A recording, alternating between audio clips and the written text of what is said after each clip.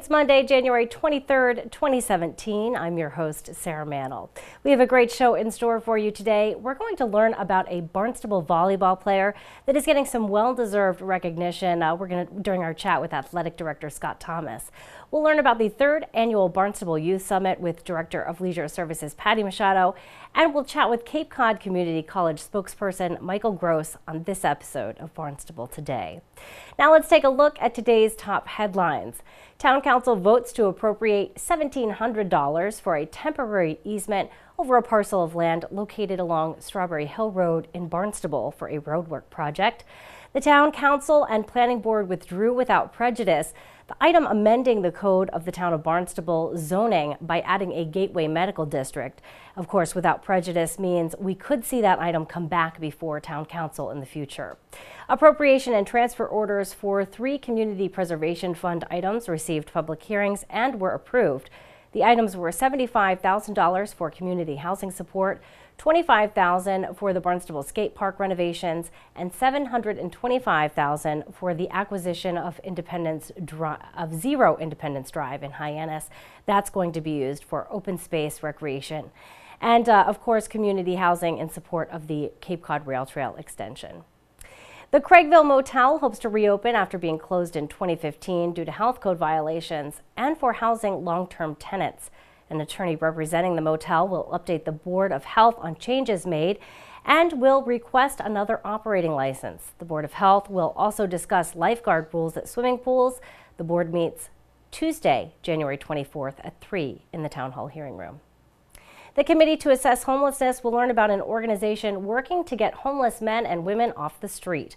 Representatives from Homeless Not Hopeless will talk about their programs and their services during the committee's meeting this week.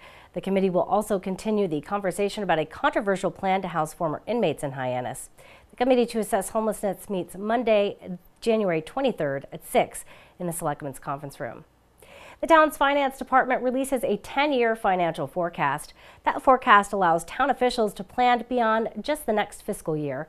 The report identifies some long-term imbalances so that strategies can be developed to counteract those. Residents can view the 10-year financial forecast by visiting town.barnstable.ma.us. The Barnstable Youth Commission is gearing up for its 3rd annual Youth Summit. To learn more, I got a chance to chat with Leisure Services Director Patty Machado. We share that interview with you now. The Barnstable Youth Commission is a very active and engaged group of young people. With me now to discuss some of the activities of the Barnstable Youth Commission is Director of Leisure Services, Patty Machado. Patty, you're really involved in the Youth Commission. Tell me, what are they working on right now?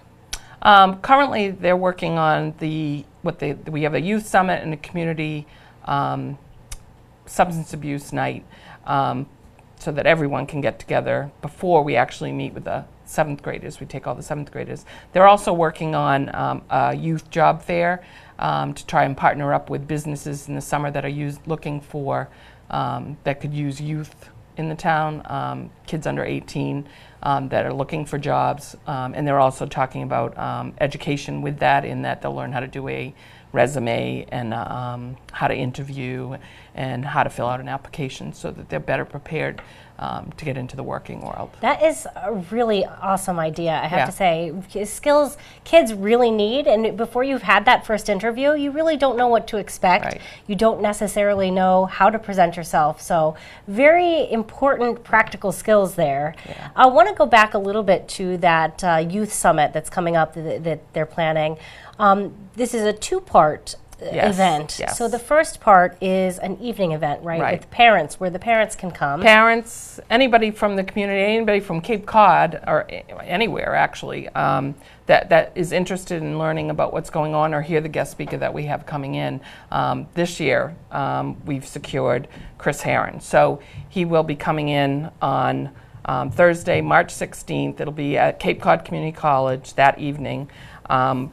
We are asking people to mark it on their calendar right now. You know, if you want to hear Chris Herron speak, this is your opportunity.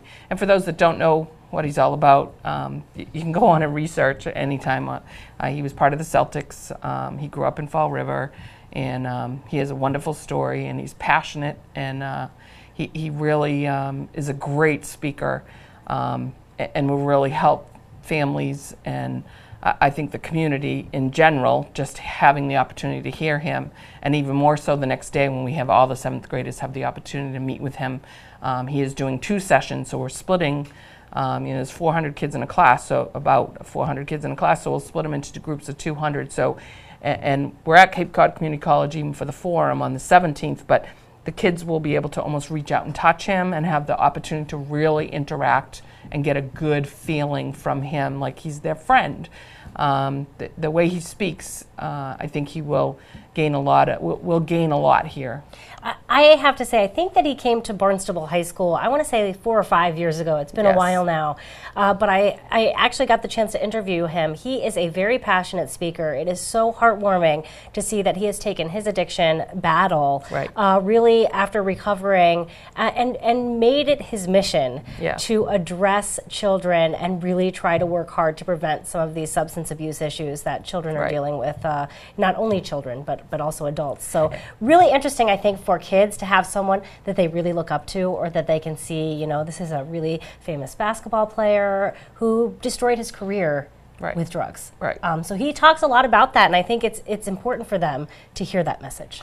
At the same time, showing that, you know, if you get into a situation, not necessarily drugs, but if you're going down a path and you're making bad decisions, there's still an opportunity to change things and make good out of bad things, you know. So a lot of times once kids are on a path, they continue to escalate down that path instead of saying, okay, I can turn that corner and change the path that I'm going to take. And I think he speaks well to that as well. So there's a real positive message at the end with him. Plus, it's kind of cool that we actually got him. We actually attained him last year at the end of, before the Youth Summit started last year, we were able to get him signed up for this year. And then we ended up with Meg Mayo Brown as our superintendent, who's from Fall River. So she has a connection with him pretty strong. So it's kind of a coming home kind of thing. So, you know. And I think actually too, Heron received treatment at Gosnold in Falmouth. And so Gosnold will also be a part of the whole Youth Summit, and has been since we started 3 years ago. You know, you mentioned this Youth Summit has gone on for a few years now.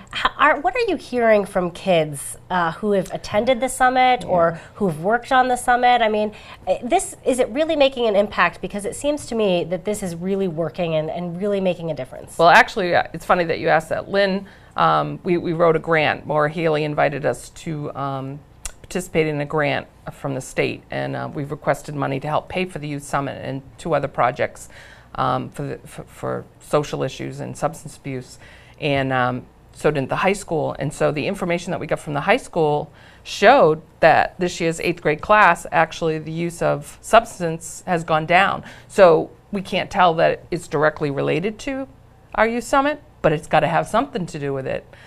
So I think we are reaching the kids. Not enough, but, you know, if we can save 1 kid, we're doing our job, you know. If you can make 1 kid stop and pause, and I think I remember too from youth summits in the past, learning a lot about if you can delay a child's introduction to alcohol and drugs, that's actually a huge thing and can make a really big difference in their life, because the longer they hold off, the less they are likely to become addicted to a substance. So really important, I think, to get this message at such an age where kids are really transitioning into the high school at 8th grade, lots of social pressures. So I think an important thing to continue that summit. And that's a big part of that summit. The 7th graders go to a class actually with the high school seniors. So to talk about what the high school offers and what opportunities they have to join clubs, not necessarily just sports, but clubs that are offered. They're blown away by what's offered out there.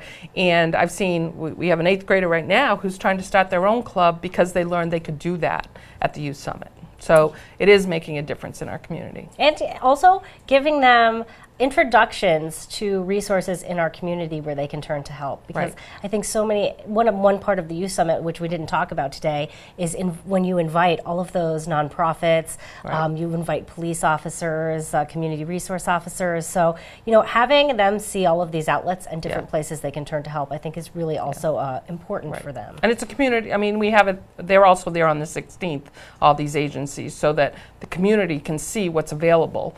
and ask questions there and get help if they need help. If you're looking for help out there, if you can come to this event, there's probably something there, and if not, you ask one of the youth commissions and they will help get you to where you need to be. So you said we want to make sure it's on our calendars. Give me that date one more time so we can make sure to write March that down. 16th, which is a Thursday night, and it will be at Cape Cod Community College, 5:30. Perfect. Thank you, Patty, for stopping by and telling us all about this year's Youth Summit. We really appreciate it. You're welcome. Patty Machado is the Director of Leisure Services. So much more to come on Barnstable Today. Barnstable High School has a very active sports department. To find out how the winter season was going and to find out what's coming up, I got a chance to chat with Athletic Director Scott Thomas. We share that interview with you now.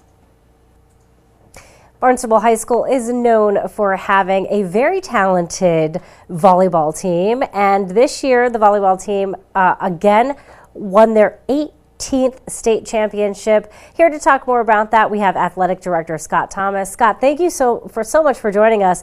What an accomplishment these girls have made. First of all, pleasure to be here, and yes, we're very proud of all of our student athletes, but you know, we've had some wonderful milestones that have been reached by our girls volleyball team over the last couple of decades. They've won their 18th state championship. The Coach Turco has been here for that whole streak over the years, and you know, this past year, aside from winning the team award as a state championship, we have a young lady who's just a sophomore. Her name is Riley James, who was just voted Gatorade Player of the Year, and she is in the running for National Player of the Year. So that's very exciting.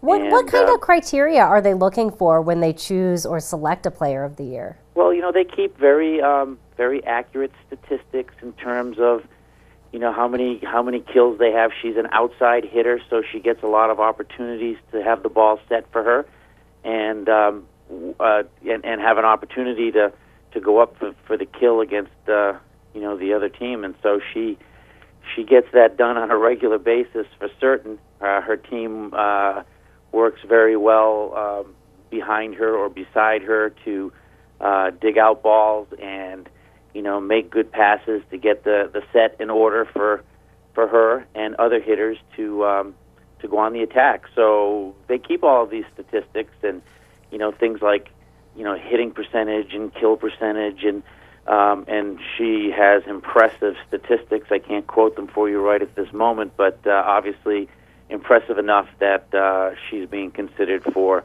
national recognition. And that's a credit to the whole team and the coaching staff. Yeah, and I was going to ask you, too, speaking about the coaching staff, because you mentioned that 18 of these state championships were under Coach Turco. This must have a lot to do with the coaching here, if we're taking a look at it. He must be a pretty amazing coach. He is an amazing coach, and he's a great role model for any coaches, but to have someone like that on your staff that has the organization and the work ethic and, you know, is able to address the different components of building a team and making a team successful. Our coaches don't have to look very far, and all of us, myself included, you know, take the opportunity to take advantage of having someone that is that knowledgeable and has the expertise that he has, to be able to, you know, to learn from him as well. So yes, he's a phenomenal coach, and we're fortunate to have him. And of course, we're about halfway through the winter sports season. How are we doing this winter? You know, we're competitive. We're not as competitive as we usually are in terms of maybe wins and losses in terms of record this year. We have some younger teams, both in ice hockey and in basketball for boys and girls. And so we're all in the running for our league championships. Since we play in a league with Bridgewater Raynham and Dartmouth, those 4 games that we have every year give us an opportunity to compete for conference championships. And I'd say going into the midway, you know, we've positioned ourselves in such a way that if we have a good run here for the second half of the season, that we'll be competing for that championship. Wonderful. Glad to hear it. And, you know, before we know it, it seems like it's really far away right now, but before we know it, it's going to be springtime. What kind of sports do we look forward to in the springtime at Barnstable High School? Well, we do have a wide array, and spring is definitely probably the most challenging season for us with regard to weather, and you know, depending upon what Mother Nature decides to bring our way, whether if it's rain and mud, or if we have to wait for, you know, inches or feet of snow to melt, which happens on a frequent basis. We put together a wide array of sports, from baseball and softball, boys and girls lacrosse. We have a boys and girls track program, boys and girls tennis, sailing, girls golf. We have a nice blend of sports to offer for our student athletes in the spring. We've had some recent success in boys tennis, not last year, but the year before. We won the state championship in boys tennis, which was a first for Barnstable High School. Wow. Which was pretty amazing. And so we're looking forward to that. Some of our teams that were a little bit younger last year will be coming into their own, you know, senior and junior wise this spring. So we look forward to some very successful and competitive seasons. Now, if someone's watching right now and thinking, you know, my son or daughter really wants to get into sports, are you having another information night for spring sports? We do. March 7th is our spring sports information night.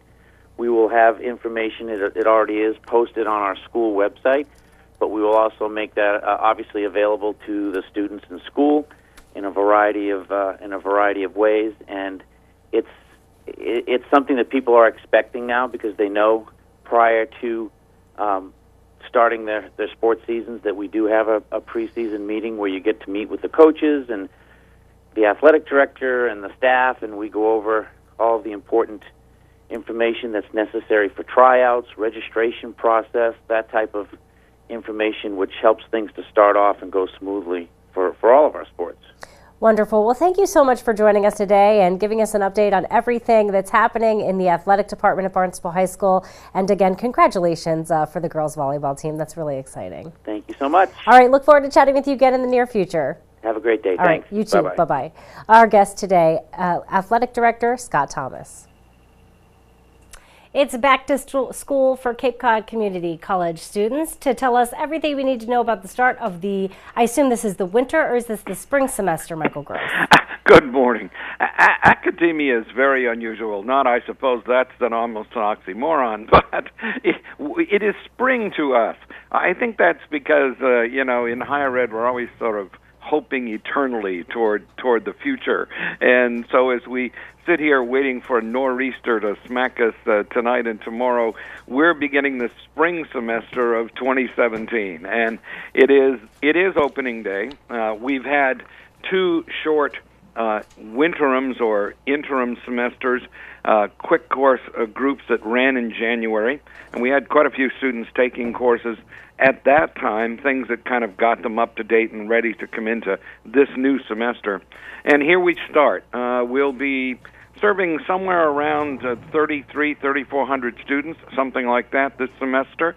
And it again continues to struggle a little bit with the total numbers that are here, but again, stronger than we saw last spring, which is also very, very good. But there are a couple of important points that I think people need to know.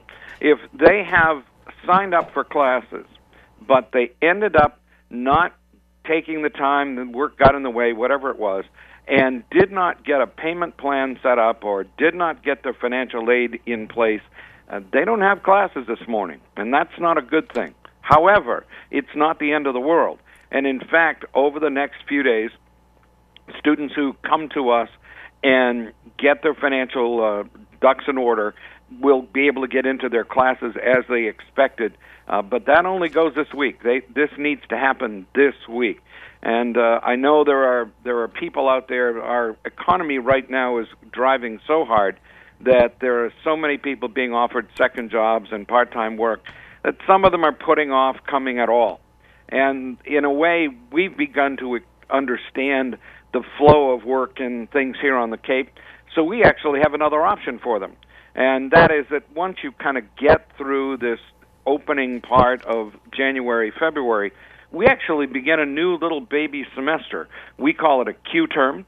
It's about a 7-week set in which you can get a class in. And in fact, enrollment already in our Q terms, one just began today and another begins in March.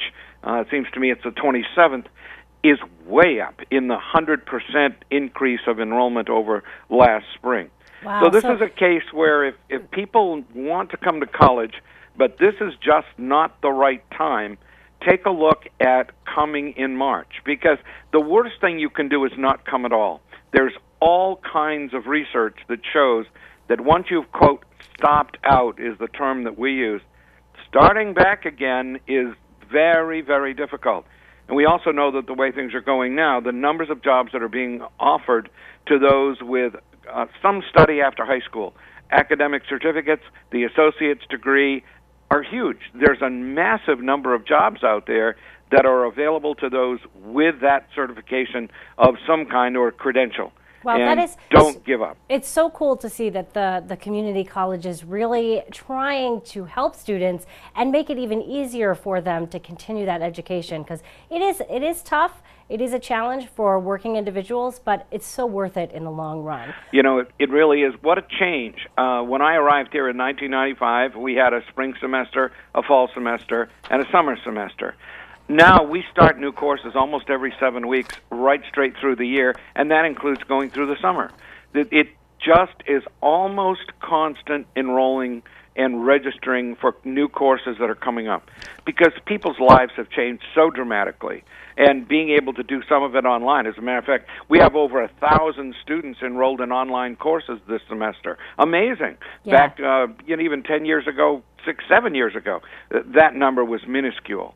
And so that how we offer the courses, and I assure you, there's a great deal of study going on right now at this institution as to how we might do that even more, because we know that time shifting, as it's called, when you can come to college doesn't exactly maybe match when there's a faculty member in a classroom, but you still want to take that course.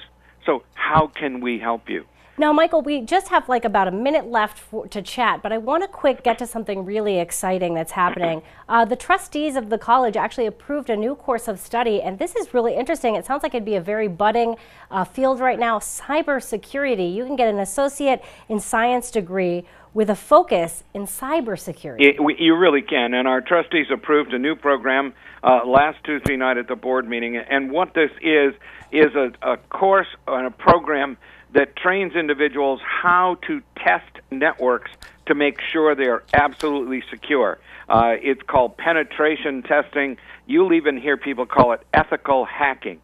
And what we teach students is how to build networks so that others can't get into them.